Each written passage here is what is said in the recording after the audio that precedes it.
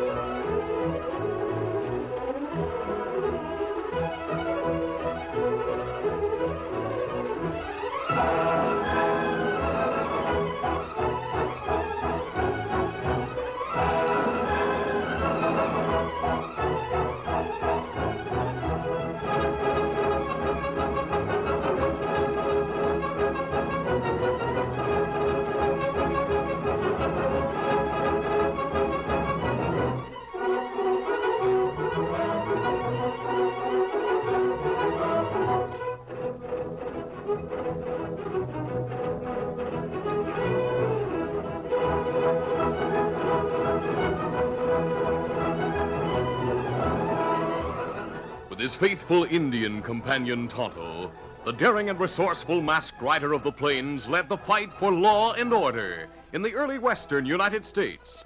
Nowhere in the pages of history can one find a greater champion of justice. Return with us now to those thrilling days of yesteryear. From out of the past come the thundering hoofbeats of the great horse Silver.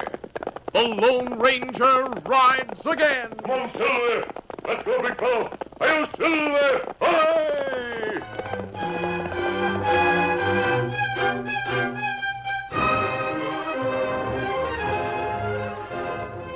Ned Morton and Ford Reese had quarreled heatedly and often about their ranches, which adjoined each other. Their greatest argument occurred in the crowded confines of the Bovina General Store. Reese had accused Morton's cowhands of cutting down boundary fences and allowing Morton's stock to graze on Reese's land. When Morton, using sulphurous language, denied the accusation, Reese lost his temper completely. Ned Morton, you're a lying polecat. Your men did it. And if my boundary fences are cut again, and if I find any of your cows on my land, I'm not going to blame your men. I'm going to hold you responsible. Reese, you're talking like you had grasshoppers where your brain should be. I tell you, neither I nor my men bother with your fences or herds. And I say they do. And if it happens again, I'm taking the law into my own hands. Meaning what? You won't be alive to know what I mean. None of the listeners took the argument seriously. Those two are always blowing up a storm, fighting and fussing and promising to do away with the other one.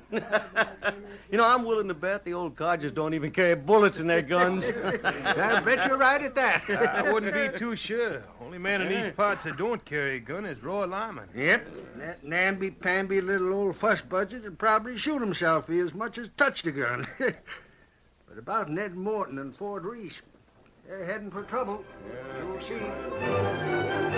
Roy Lyman, whose appearance and mannerisms in public warranted the description namby-pamby fuss budget, was an entirely different man when he was with those who helped him carry out his various well-planned schemes. He and his right-hand man, Tech Buell, sat in Lyman's den at the rear of his ranch house.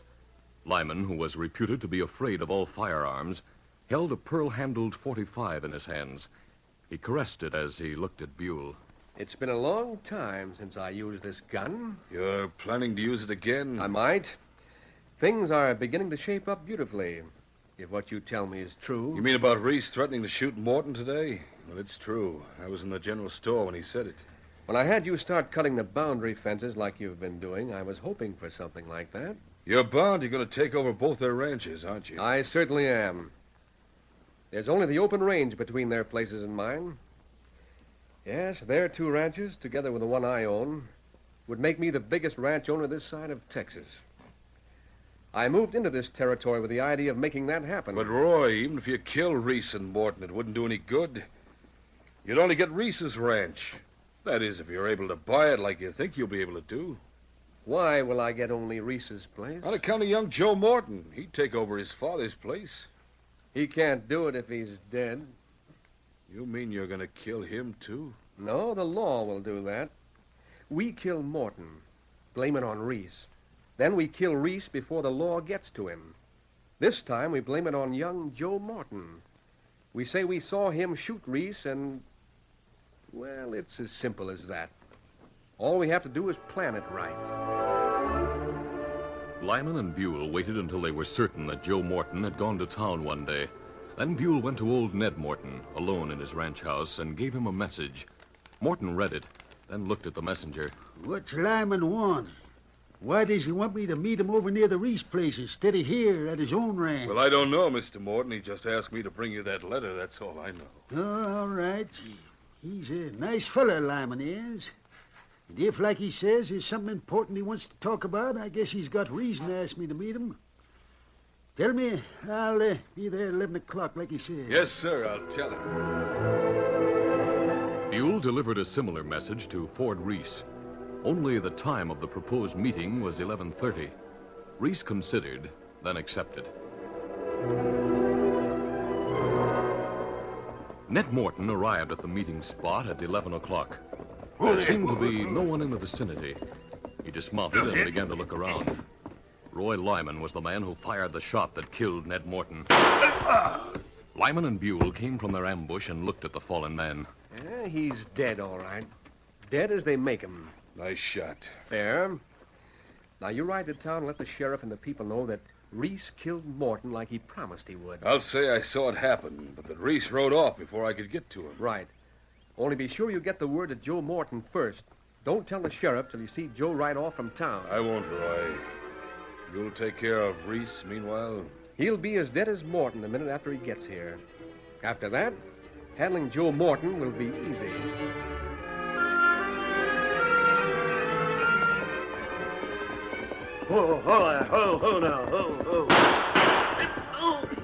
Ford Reese was killed when he arrived at the place of appointment.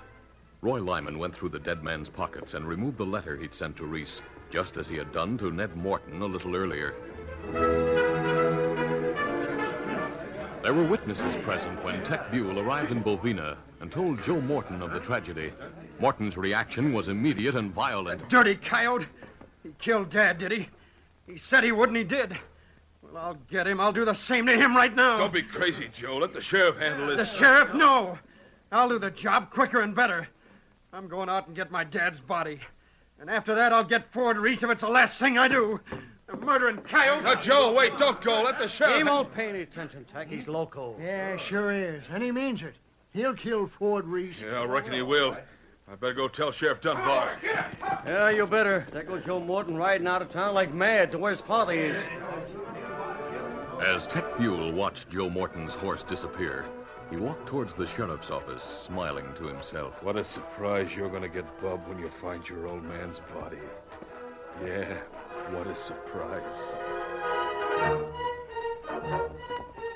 Ho down, boy. There were two bodies at the spot where Tech Buell told Joe Morton he would find his father.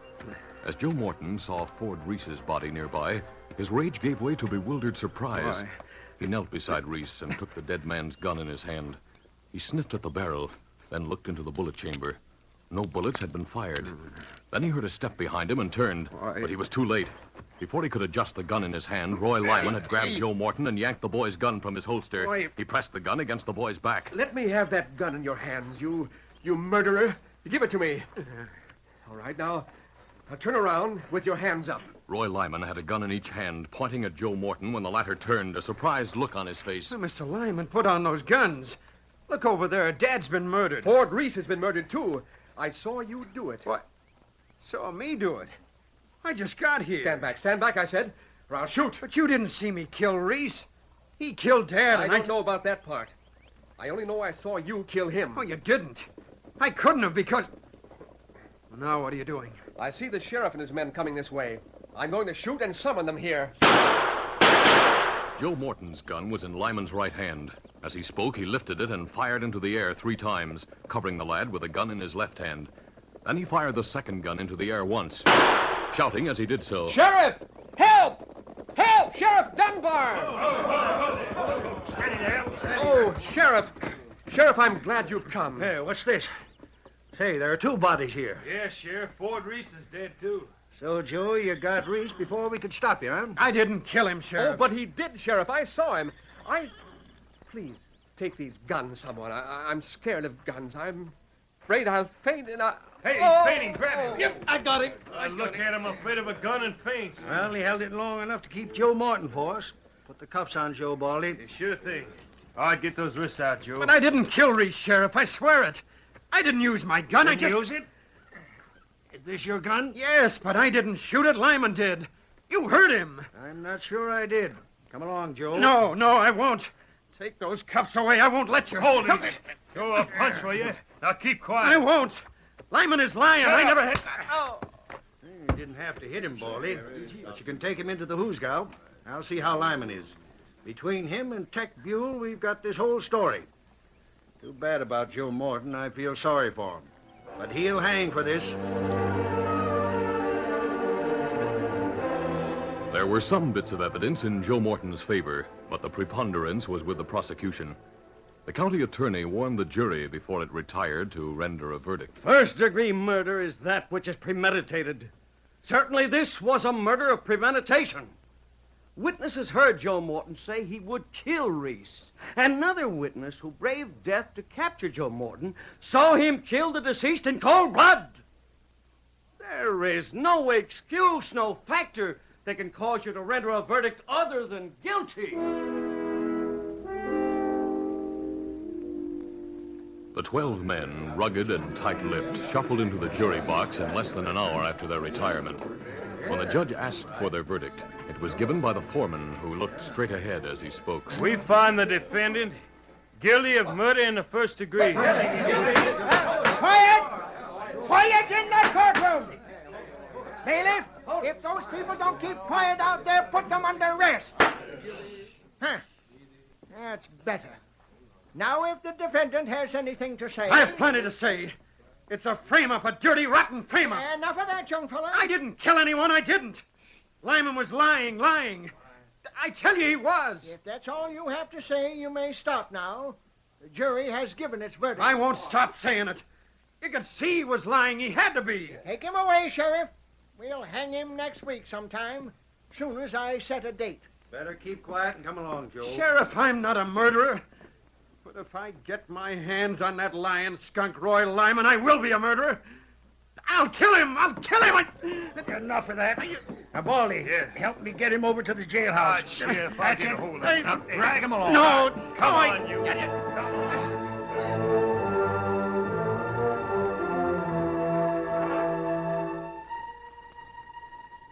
Among the spectators who left the courtroom after the trial was an Indian who had remained standing in the background throughout. He mounted his horse quickly and headed for the hills. Get him up, Scout.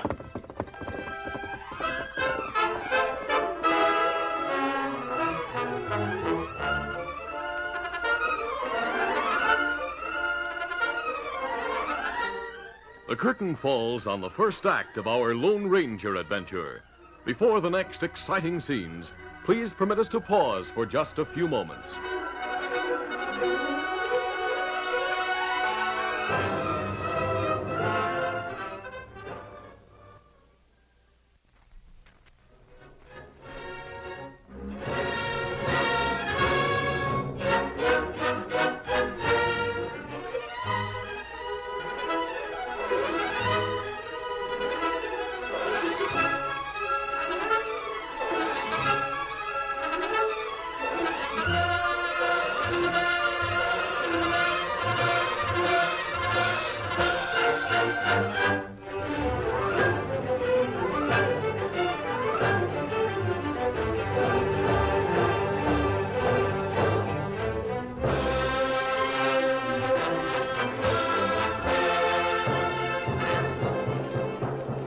Now to continue. Tonto rode to the Lone Ranger's camp where he told the masked man of the verdict and Joe Morton's reactions to it. If he's not guilty, I don't blame him for acting violent. I certainly wouldn't send him to the gallows after hearing the evidence. Me know how you feel, Kemosabe. Men say he saw murder. But he had no witness. Another thing, if the story Joe Morton told is true, it accounts for the bullet fired from his own gun and that of Ford Reese. But sheriff say him not hear many shots. That could be because there are a great many men in the posse. All were galloping their horses.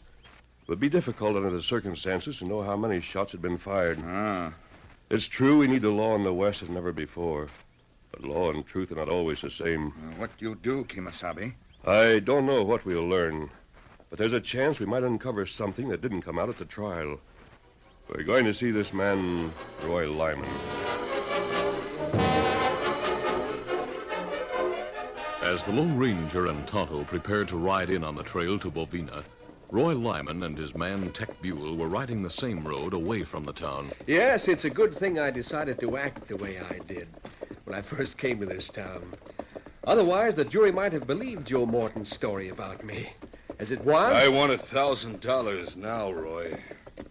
What did you say? You heard what I said, all right. I want $1,000 as down payment. For not telling the truth about you killing Ned Morton and Ford Reese. That's why I want $1,000 now, before it's too late. Too late for what? To save Joe Morton in case you don't pay me. I've got you right, you know it, Roy. Once you buy those 2 ranches like you expect to, you're liable to ditch me. You tried it in Texas once. Yes, but... No buts about it. I want money now. When we get back to the ranch. Suppose I give it to you now. You've got that much money in your pocket? No, not money. I have this. You stupid fool. You... What? As Tech Buell slumped from his saddle to the ground, Roy Lyman heard horses galloping in his direction from somewhere behind the bend in the road. Come around now. He turned his horse quickly and galloped into the brush and over a hill, away from the scene.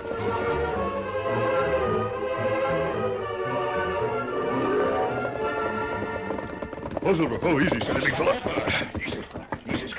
The Lone Ranger and Tonto, galloping around the bend in the road, came upon the body of Tech Buell. The man was still alive and conscious, and as the 2 men knelt beside him in the road, he spoke. I'm dying, but I must tell. Him man who see Reese kill Morton. Yeah, that's right. Only I didn't. I lied. What? Take it easy, man. Who shot you? Roy Lyman shot me and Tom Morton and Ford Reese. Gasping more as he became weaker, Tech Buell told his story to the Lone Ranger. There were lapses in the tale he told, but there could be no doubt as to facts. He was telling about his own shooting when he died. Tonto, we'll see the sheriff and tell him what this man told us. We must save Joe Morton. But Joe Morton, in irate desperation, had no idea of being saved. As the guard in the ramshackle jailhouse entered Joe's cell with his first meal for the boy, Joe leaped on the man. Shut up or I'll choke you to death. Shut up. Now give me your keys and your gun. You won't, huh? All right, there. Now I'll take them. Joe Morton left the cell block and used the keys to get into the outer office. Sheriff Dunbar and his deputy Baldy were wide-eyed as they saw the boy with a gun leveled at them. Don't reach for your gun, Sheriff. I don't want to shoot you. Now you, Baldy, take his gun and throw it across the room. Go on. There you are. Now throw your gun, too. You all right? Now the 2 of you walk back into the cells. I'm going to lock you in one of them. Move! You don't think you're going to get away with this, do you, Joe? No, but you're going to hang me anyway. I'm going to make sure when you get me this time that you have reason to it. All right, walk into the cell now. Joe, Don't try to tell me anything, Sheriff. My mind's made up. By the time you catch up with me, I'll have killed Roy Lyman like he deserves to be killed. Don't start yelling till I get out of here. Else I might change my mind and shoot both of you, too. There. You're locked in. Wish me luck.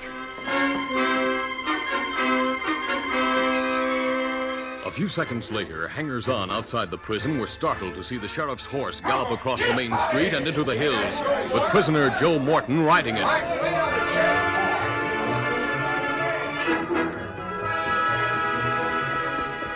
Minutes later, when the Lone Ranger and Tonto neared the street, they saw the crowds running to the sheriff's office. Tonto, that's a mob gathering. Hurry there. Then come back here and tell me what's happening. Get him up, Scout.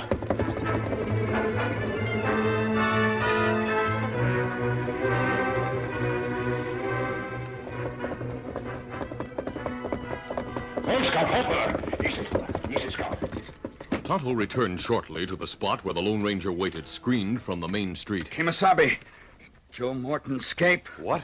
How did you do it? Lock sheriff and men in cell. They getting out now. Posse going after Joe Morton. Which way did he head? Ride to home of Roy Lyman. Say him going to kill Lyman. Tonto, we can't let him. We've come to clear him of murder. Now he's intent on committing one. What we do, Kimasabi? You stay and tell the sheriff about the dead man we found. Tell him we're certain Lyman's guilty. And ask him if he'll ride with you to the Lyman Ranch.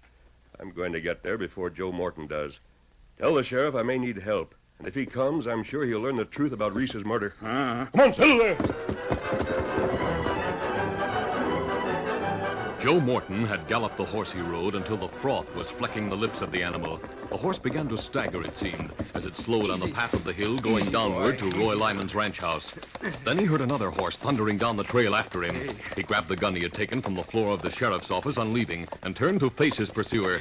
He saw a great white horse ridden by a masked man coming towards him. Joe Morton paid no heed to the masked man. Instead, he cocked his gun, ready to fire. The Lone Ranger reined his giant white horse to a stop near some underbrush. Then he shouted to the tight-lipped boy. Joe, put that gun down. I'm your friend. I have no friends. Don't follow me. If you do, I'll shoot. All right, you want it, huh? Here. As the shots hit the trees behind the Lone Ranger, the masked man leaped from his horse and hurried him into the thick underbrush. There, out of sight of Joe Morton, he removed his lariat from the saddle and tied one end of it securely to a heavy clump of bushes. He backed behind a tree and tugged at the rope. The clump of bushes rustled violently.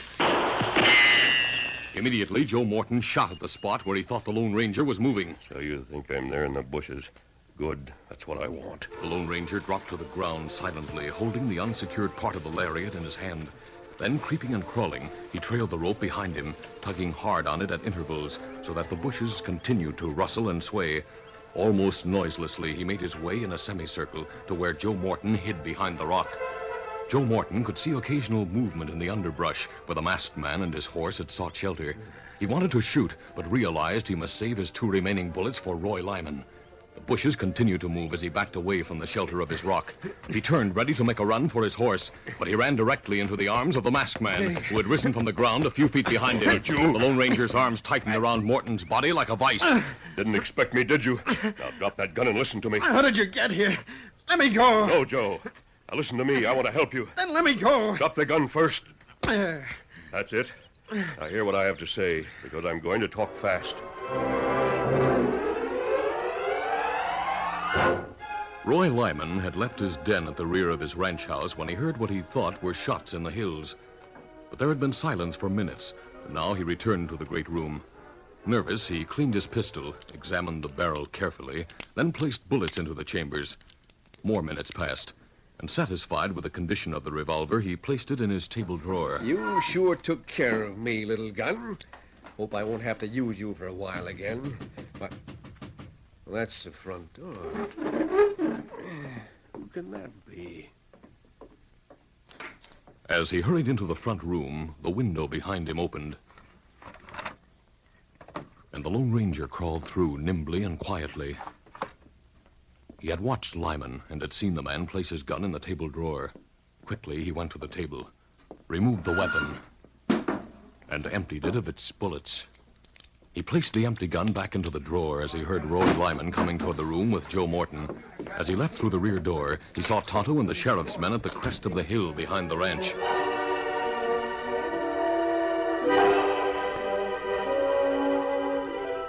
Roy Lyman, leading Joe Morton into the room a few seconds later, was puzzled. For Joe Morton, acting on the Lone Ranger's instructions, had lulled the man with his approach. Now Roy Lyman, his mind working fast, sat the boy in a chair opposite his table. I'm sorry I can't help you, Joe. This sort of outlawry makes me ill. You're going to help me, though, aren't you? Give me a chance. Don't let him hang me. I can't interfere with the law, Joe. No, but you did. You interfered with the law when you perjured yourself in court and said I killed Ford Reese. Joe, my boy, you're insane.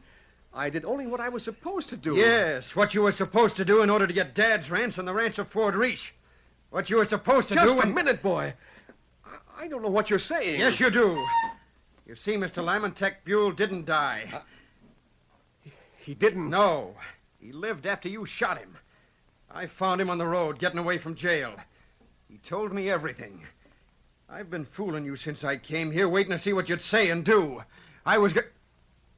What's that you have there? Well, in this table drawer, this, a gun. A gun that's going to drill you. If you don't tell me where you have Tech Buell. I won't tell you. He's going to help me. He's going into court and tell how you killed my father and Mr. Reese. That's enough. He perjured himself, too. He said he saw your father killed, but he didn't. I know, because you did the killing yourself. Well, first, I want to know where Tech is. So you can kill him, too, huh? Yes, I thought I'd finished him off, but he... Morton, what are you looking at behind me? He's looking at us, Lyman. What? We've been listening to your story. Sheriff Dunbar! Your game is up, Lyman. I wouldn't have believed you to be the rotten cur you are if I hadn't heard you convict yourself with your own words. All right, Baldy. Arrest him, boys. Come on, Lyman. Give us that gun. I'll give you the gun. I'll give you bullets. I'll go down fighting. Here. Your pistol's empty, Lyman. What? I emptied it while you answered Joe's knock at the door. No, you can't arrest me. You won't. I'll beat you with my bare You'll hands. get a punch in your rotten mouth. Oh! Nice punch, Joe. He probably deserves more than that from you. I'll let the law see that he gets it, Sheriff. The masked man sold me on that. Just think, stranger, I'd actually be a murderer by now if it weren't for you. When you would... He's gone, Joe. But we know what he did. His Indian friend Tonto told us what he planned to do. He did it. And you'll be free once I bring you before the judge and have a motion made. Oh, yeah, but the masked man... I wanted to thank him. What he did for me... What he did for you, Joe, is only what he's done for others 100 times. You see, he's the Lone Ranger.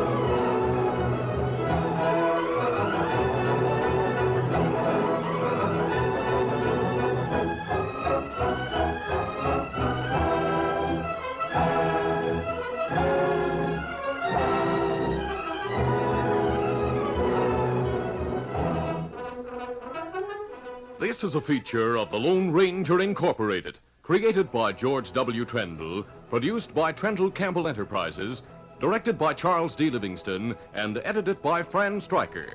The part of the Lone Ranger is played by Brace Beamer.